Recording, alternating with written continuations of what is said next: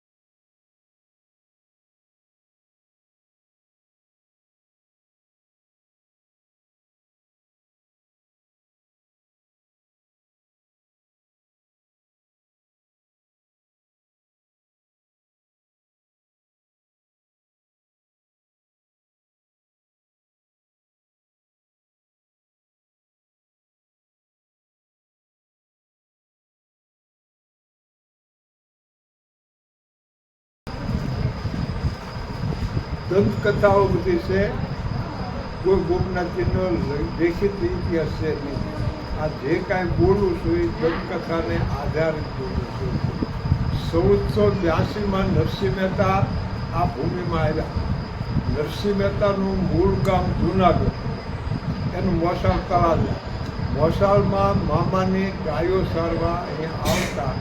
તળાજા અહીંથી 22 કિલોમીટર થાય, પણ 22 કિલોમીટર આપણે આગળ થાય। એ લોકોને 400 વર્ષ પહેલાં 22 કિલોમીટર હાલવું એ આસાન બહુ। અહીંયા જ્યાં ભગવાન શિવજી મહારાજ બિરાજે છે ત્યાં વડનું ઝાડ હતું, આ બધું જંગલ હતું। અહીંયા કોઈ મકાન, કોઈ અવર જવર, નીરવ જંગલ અને સમુદ્ર બે સિવાય કાંઈ હતું નહીં। નરસિંહ મહેતાએ બપોરે મામીએ ખાવા માટે જે ભાતું આપ્યું હતું, એ ભાતું ખાવા માટે ગાયોને વડલા નીચે બેસાડી સફાઈ કરતા હતા। એમાં શિવલિંગ જોયું, ભૌતિક સુખોનો સંપૂર્ણ અભાવ હતો અને બ્રાહ્મણનું શરીર હતું। બ્રાહ્મણને શિવ પ્રિય હોય એટલે થઈ અને 7 દિવસ શિવજી મહારાજ અનશનમાં થયેલા। શિવજી મહારાજની સામે નરસિંહ મહેતા 7મે દિવસે ભવાની સિંહ પ્રગટ થયા। ભવાની સિંહને કીધું કંઈ માંગ। નરસિંહ મહેતા કે મારે કાંઈ જોતું નથી। અતિ આગ્રહ કર્યો ત્યારે નરસિંહ મહેતાએ કીધું કે તમને પ્રિય હોય મને આપો। તો ભગવાન શિવને ગોકુળમાં જે રાસ કર્યો હતો એ રાસ અતિ પ્રિય હતો। પોતે પણ ગોપી બનીને રાસમાં ગયા હતા નરસિંહ મહેતા હતા। અને આ ભૂમિમાંથી માયારૂપી જે રાસ ગોકુળમાં થયો હતો એ આ ભૂમિ બતાય. એ રાસના પ્રતિક રૂપે નંદી જે શિવ મંદિરમાં છે ત્યાં જેમ તમે ઉપર જુઓ તો 16 પૂતળા મૂકેલા છે. એ 16 પૂતળાઓ જે છે એ રાસના પ્રતિક રૂપે મૂકેલા છે. વૃંદાવનની અંદર જે રાસ કર્યો હતો એ આ ભૂમિની માટે બતાવ્યો. પછી નરસિંહ મહેતાને શિવ તો હતા જ તે, પણ ત્યારથી નરસિંહ મહેતા કૃષ્ણ ભક્ત બન્યા. પહેલા શિવ ભક્તો પછી કૃષ્ણ ભક્તો. ક્યાંય પણ વર્લ્ડની અંદર તમે જાઓ તો શિવ મંદિરમાં કૃષ્ણ મંદિર હોતા નથી. દ્વાદશ જ્યોતિર્લિંગ ફરો, કોઈ જગ્યાએ શિવ મંદિરમાં કૃષ્ણ મંદિર ન હોય. અહીંયા એક જ છે શિવ મંદિરની માલપા કૃષ્ણ મંદિર આ ભૂમિમાં છે. કૃષ્ણ મંદિર જ્યાં જ્યાં હોય, દ્વારકા જાઓ, ડાકોર જાઓ, શ્રીનાથ જાઓ, તો એમાં શિવ મંદિર હોય તો શિવ મંદિરમાં કૃષ્ણ મંદિર નતા. આ શિવનું મંદિર છે પણ એની માથે ઝંડો ભગવાન નથી, સફેદ છે.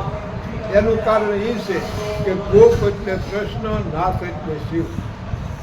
અહીંયા વર્ષની અંદર ઉત્તરાયણના સૂર્ય થાય, દક્ષિણના સૂર્ય થાય ત્યારે 3 દિવસ સુધી સૂર્યના કિરણો સીધા શિવજી માથે ભવાનીના ચરણોમાં જાય. આ વર્ષમાં 2 વાર. પછી આ ભૂમિ જે છે એ બહુ સિદ્ધ ભૂમિ છે, સંકલ્પ સિદ્ધ છે. કોઈ વ્યક્તિ સ્વાર્થ સિવાય હૃદયથી સંકલ્પ કરે તો આ ભૂમિમાં સિદ્ધ થાય.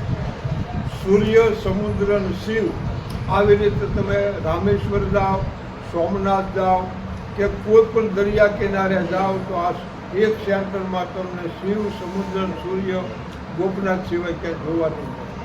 અહીંયા 2 સંસ્થાઓ છે. 2 સંસ્થાઓની રહેવાની યાત્રાઓ માટે સગવડતા છે. હરક્ષેત્ર શરૂ છે, ગૌશાળાઓ છે. અને અત્યારે જે તમે આ શૂટિંગ કરી રહ્યા છો તો અહીંયા જે ભોજનાલય બધું નવું બને છે. અત્યારે તો એ બધું પાડવાનું કામ શરૂ છે, પણ સુશિત ભોજનાલય બનવાનું છે એનો આ કાળ છે.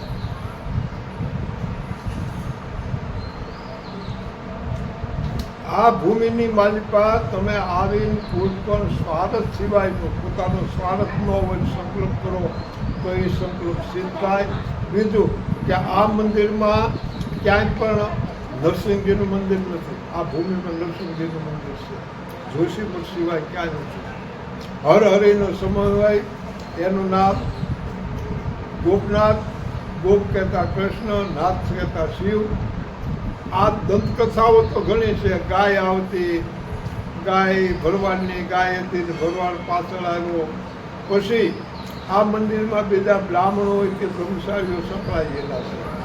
ઘણી બધી દંતકથાઓ વિશાળ છે, પણ મૂળ ઇતિહાસ આટલો છે. ગોપનાથ